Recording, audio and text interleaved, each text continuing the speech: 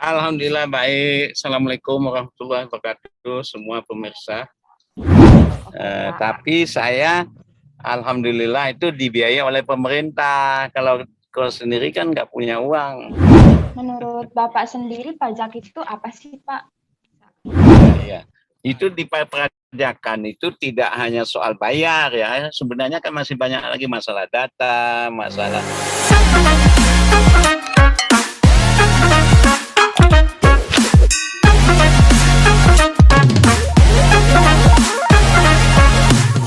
Hai teman-teman, selamat datang di OTEX, obrolan tentang teks. Nah, hari ini kita kedatangan tamu spesial nih. Kita akan bahas singkat tentang pajak bersama Bapak Dr. Hasan Rahmani, AKMA, selaku dosen STPI. Halo Pak Hasan, gimana kabarnya hari ini? Alhamdulillah baik. Assalamualaikum warahmatullahi wabarakatuh semua pemirsa. Waalaikumsalam warahmatullahi wabarakatuh. Ini Bapak habis dari mana nih Pak? Dari sawah. mau pulang nih. Oh. Tapi banyak macetnya. Sekarang Bapak kesibukannya apa ya Pak?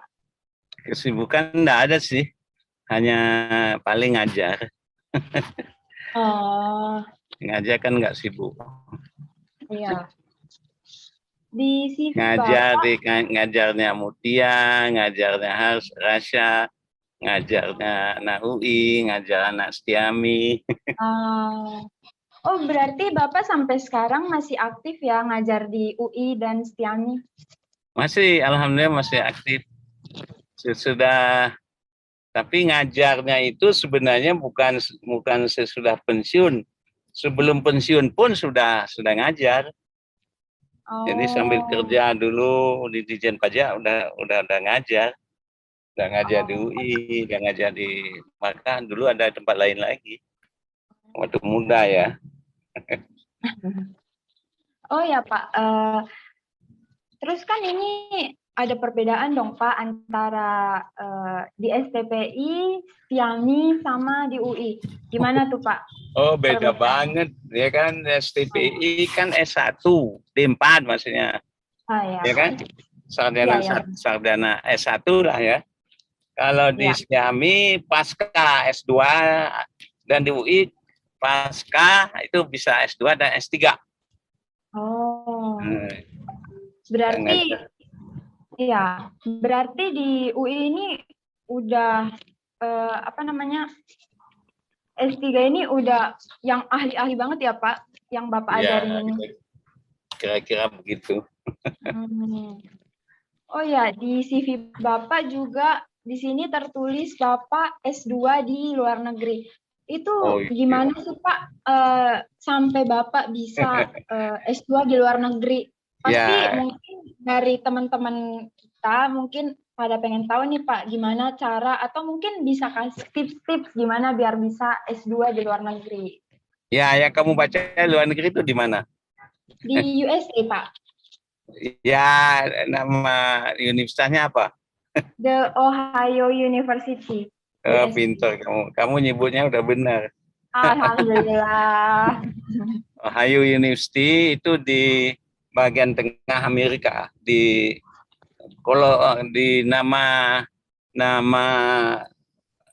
state-nya itu ibu kotanya Columbus. Universitas yang saya masuk itu Universitas Ohio University. Itu saya mulai belajar di sana September 1983. Mudah-mudahan kamu semuanya belum lahir. Belum dong, Pak. Belum lahir. 1983 saya belajar di Amerika lebih kurang 2,5 tahun. Tapi saya alhamdulillah itu dibiayai oleh pemerintah. Kalau kau sendiri kan nggak punya uang. Dulu kan saya kan dulu pegawai Dijen Pajak, pegawai Departemen Keuangan. Dibuka kesempatan diberi kesempatan untuk ikut tes untuk program degree luar negeri katanya. Saya salah satu yang coba-coba ikut gitu. Alhamdulillah lulus. Alhamdulillah. Sesudah belajar di Indonesia, belajar bahasa Inggris, baru berangkat ke Amerika tahun 83 itu. 83 itu mungkin 10 tahun atau 20 tahun sebelum kamu lahir ya. Belum, Pak, belum. Sebelum bapak kamu lahir juga kali.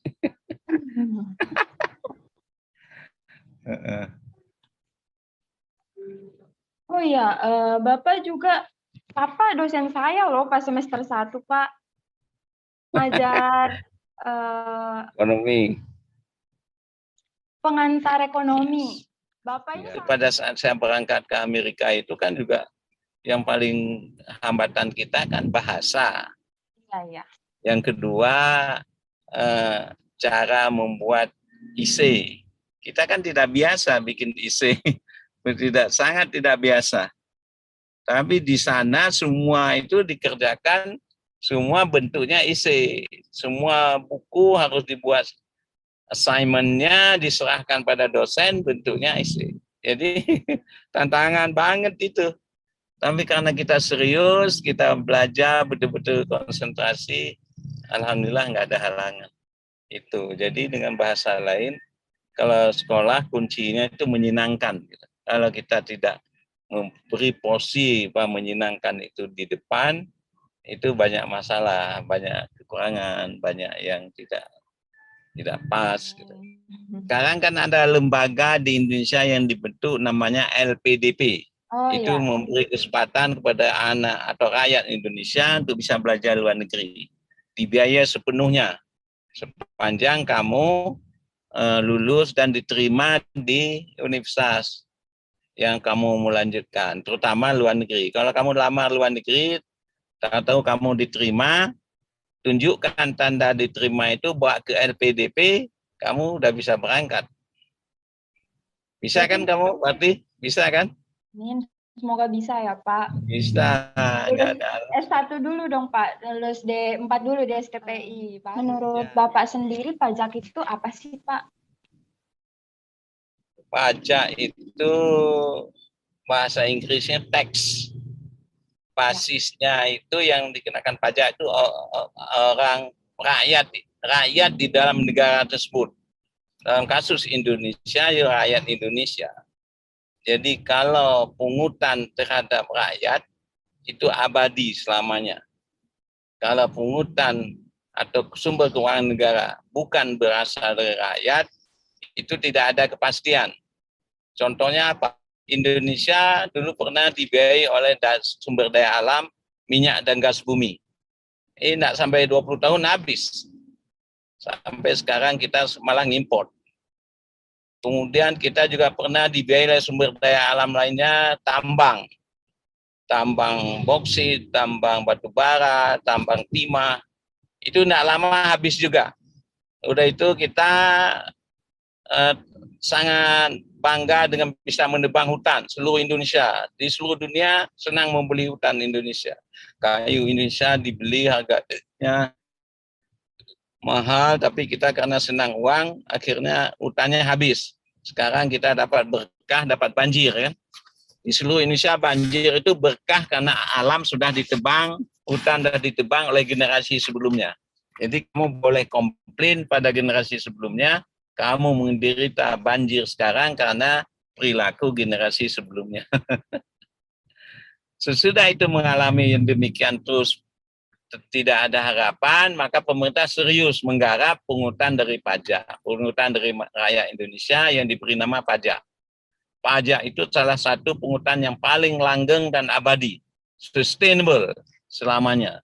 Seluruh dunia sudah pakai pungutan pajak sudah ratusan tahun, Indonesia mungkin baru saja, baru mungkin 30 tahun. Kalau luar negeri sudah ratusan tahun. Itulah pungutan yang selalu ada dan selalu meningkat. Kenapa? Rakyat di suatu negara dari waktu ke waktu kan semakin kaya, semakin makmur. maka sebenarnya semakin banyak uangnya, semakin sukses. Oleh karena itu, karena pajak dasarnya rakyat, akhirnya lama semakin sukses juga pajaknya. Jadi bayangkan penerimaan pajak kita dulu hanya 175 miliar, sekarang 2.000 triliun. Nggak bisa kamu hitung kan? 2.000 triliun. Banyak banget. Itu akibat kita memungut pajak basisnya rakyat. Rakyat makin hari makin makmur, makin sejahtera, makin punya duit, maka sebagian dari duit itu diminta oleh negara untuk distorkan ke kas negara. Jadi kalau didefinisikan pajak itu adalah potensi swasta, potensi ekonomi yang distorkan ke kas negara melalui dengan perangkat undang-undang. Itu. Kenapa itu bisa dilakukan? Karena seluruh rakyat di negara manapun dia telah menerima pelayanan lebih dulu dari rakyat. Bukan mempajak-pajak lebih dulu, tapi menerima pelayanan lebih dulu. Contohnya apa? Semua orang yang hidup sekarang, itu pasti awalnya dari kandungan ibunya. Pada saat kandungan ibunya sudah perlu pasti perawatan dari kesehatan. Ngecek bayinya dalam kandungan, ke puskesmas, ke rumah sakit, ke klinik kesehatan. Itu klinik, rumah sakit, puskesmas, semua dibiayai oleh pemerintah. Tidak perlu bayar. Jadi artinya semua rakyat itu sejak belum lahir pun telah menerima pelayanan dari pemerintah. Oleh karena itu pemerintah berhak meminta sebagian rezeki dia kalau dia sudah berhasil untuk stok ke kas negara. Itulah yang disebut dengan pajak. Gitu. Jadi nggak ada alasan orang memperalasankan, mau kenapa harus bayar pajak? Padahal pajak dikorupsi saja. Itu orang yang nggak ngerti. Padahal dia belum tahu apa-apa sudah menikmati hasil pajak, ya kan? Ya, kamu begitu lahir, begitu jalan di jalan raya itu jalan yang dibangun oleh uang pajak. Ya. Ada nggak orang yang tidak menggunakan jalan raya? Nggak ada. Ada nggak orang yang tidak menggunakan puskesmas, rumah sakit, tidak bersekolah di sekolah pemerintah? Nggak ada. Semua itu fasilitas pemerintah disiapkan untuk rakyat supaya rakyat itu bisa hidup senang, makmur, sejahtera. Dukungan untuk bisa memberi pelayanan itu adalah mereka harus membayar yang namanya pajak, menyetor ke kas negara sebagian penghasilannya berdasarkan ketentuan undang-undang. Kalau sekarang berdasarkan tarif pajak yang paling kecil 5%, yang paling tinggi 35%. Kalau orang pribadi, kalau badan sekarang harus membayar 22% dari jumlah laba yang dia dapat. Jadi pajak itu adalah pungutan sebagai instrumen negara yang disebut APBN suatu negara, anggaran pendapatan dan belanja pemerintah negara itu sumber utama itu adalah pajak. Bukan hanya Indonesia, bahkan di Amerika sekalipun sumber penerimaan negara itu hampir 90% lebih dari pajak. Kita kan baru 79, 78 ya. Berapa belum 90. Tapi termasuk besar lah kita. Jadi dengan bahasa lain, pajak itu tiang negara dan merupakan penerimaan yang sangat strategis bagi kelangsungan pemerintahan. Jadi pemerintahan mendesain, membuat program, kegiatan melalui APBN sisi pengeluaran, sumber sebagian besar dananya untuk membiayai program itu adalah penerimaan pajak. Itu yang kamu perlu tahu, bahwa penerimaan pajak itu salah satu sumber penerimaan negara yang sangat dominan sekarang, strategis untuk bisa memastikan bahwa pemerintahan bisa berjalan dan seluruh rencana pembangunan, rencana pelayanan yang disiapkan melalui APBN bisa dibiayai oleh pajak. Gitu. Ya, Pak. Ya.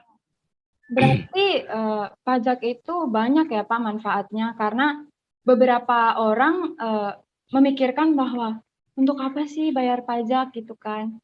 Tapi ternyata tanpa kita sadari kita udah menggunakan fasilitas-fasilitas yang disiapkan oleh dari negara, pajak. yang dibiayai Iya, oleh pajak. iya. Jadi kalau orang ngomong begitu, dia orang itu perlu dikasih pelajaran, perlu dibuat renungan bahwa Anda ngomong yang sesuatu yang tidak membumi. Ada Anda itu jalan-jalan negara, sekolah-sekolah negara, rumah sakit negara, mendengar televisi, radio, frekuensi dari negara. Nggak ada yang dari negara. Coba kamu frekuensi ditutup oleh pemerintah. HP kamu buang aja, karena nggak bisa nyambung. Itu frekuensinya yang nyiapkan pemerintah. Radio, televisi, HP, internet. Pemerintahnya nyiapin. Kamu kalau bilang uang pajak, ngapain bayar pajak, itu orang perlu disekolahkan ke STPI. Iya, Pak. Iya. Mungkin ada yang bingung juga nih, Pak. Bayar pajak tuh di mana sih? Iya. Itu di perpajakan itu tidak hanya soal bayar ya. Sebenarnya kan masih banyak lagi masalah data, masalah sistem administrasi, masalah prosedur, masalah apa istilahnya kapan harus bayar, bagaimana caranya.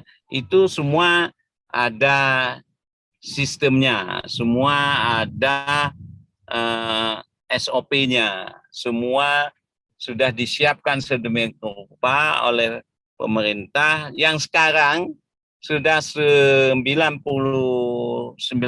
barangkali sudah bisa menggunakan online, mulai dari masalah data, masalah penetapan, masalah penyetoran, pelaporan, sampai masalah restitusi sudah sepenuhnya bisa online. Itu sesuatu kemajuan yang harus dinikmati karena sekarang lebih banyak pembayarannya itu melalui e-billing. E-billing itu apanya? E-billing itu adalah aplikasi yang dibuat oleh kita, diketik di komputer untuk menyatakan kita mau bayar pajak. Pajak PPh pasal 23 misalnya. Kita bikin e-billing, nanti keluar satu lembar, dasar satu lembar itulah yang menjadi dokumen yang kita bisa, kalau kita nggak siap dengan m-banking, kita bisa buat ke bank, kasih ke bank, baru store uangnya, atau pindah bukukan. Sudah lebih simpel. Kalau kita betul-betul sudah siap dengan online, begitu kita buat e-billing, langsung kita buka m-banking, masukkan uang, transfer uang dari m-banking ke situ berapa? 5 miliar, langsung 5 miliar. Nggak ada halangan, nggak perlu hitung-hitung, nggak perlu bawa uang sepok. Itu semua sudah dipikirkan oleh pemerintah untuk kemudahan bagi wajib pajak. Jadi sungguh sekarang pemerintah itu sangat merasa bertanggung jawab untuk memudahkan rakyat dalam memenuhi kewajiban perpajakan. Jadi kalaupun ada yang nanya sekarang kok bayar pajak susah ya, itu karena dia tidak memahami, dia tidak membaca, tidak mengikuti perkembangan, baru ngomong begitu. Apa sih sanksi bagi orang yang nggak bayar pajak? Soalnya kan ada beberapa yang mungkin dia karena takut ke kantor pajak, takut banyak yang dia bayar, atau mungkin udah 5 tahun nggak bayar, jadi dia takut gitu, Pak. Apa sih sanksinya, Pak? Itu ada 2 sanksi yang kamu itu senang saya dengar pertanyaan itu. Ada sanksi moral, ada sanksi fisik. Sanksi fisik itu ada aturannya. Terlambat membayar, ada dendanya 2% 1 bulan. Ya, kalau dia sudah ada ketetapannya. Tapi kalau dia tidak punya, tidak pernah bayar, yang kamu tanya tadi sudah 5 tahun nggak pernah bayar pajak, padahal dia ada penghasilan, ya kan? Ya, Pak, benar. Ada terima, dia punya rumah yang disewain, punya ruko disewain, dapat sewa kan? Itu ya, harusnya langsung bayar pajak. Itu namanya PPh final. PPh 23 langsung dipotong, langsung di stok ke kas negara. Tapi dia nggak bayar. Ya. Sampai 5 tahun, sampai 6 tahun, sampai 10 tahun. Apa hukumannya? Hukumannya dia bisa masuk neraka. Kenapa? Dia makan uang pajak yang tidak halal. Uang dia 1 bulan 2.500.000 satu kamar. Harusnya pajak, kalau pajak itu 15%, berapa kali hitung aja? Itu kan diambil dia. Ya. Bercampur dengan uang sewa itu. Uang sewa tadinya halal menjadi haram. Kenapa? Karena uang pajak harusnya store ke kas negara, tapi dia nggak store. Itu hukuman yang paling berat. Akhirnya dia pada saat dia hidup mengharapkan masuk surga, nggak mungkin masuk surga sebelum dia dibakar dulu di neraka karena dia makan haram terus. Kasih uang tuh anak uang haram, beli baju anak uang haram. Itu hukuman yang paling berat. Yang paling berat yang kadang-kadang nggak disadari mereka. Hukuman yang lain kalau dia mau mengetahui ada sanksi administrasi, ada sanksi pidana.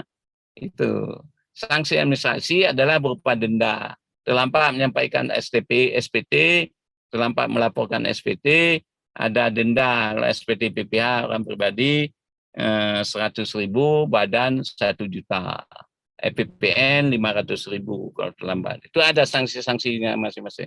Kalau dia sengaja menggelapkan pajak, sengaja tidak membayar pajak sebenarnya seharusnya, itu sanksinya pidana. Pidananya apa? Penjara. Itu aja. Penjara dia. Itu. Jadi semua ada aturannya. Dan itu menurut undang-undang pajak, harta dia bisa disita.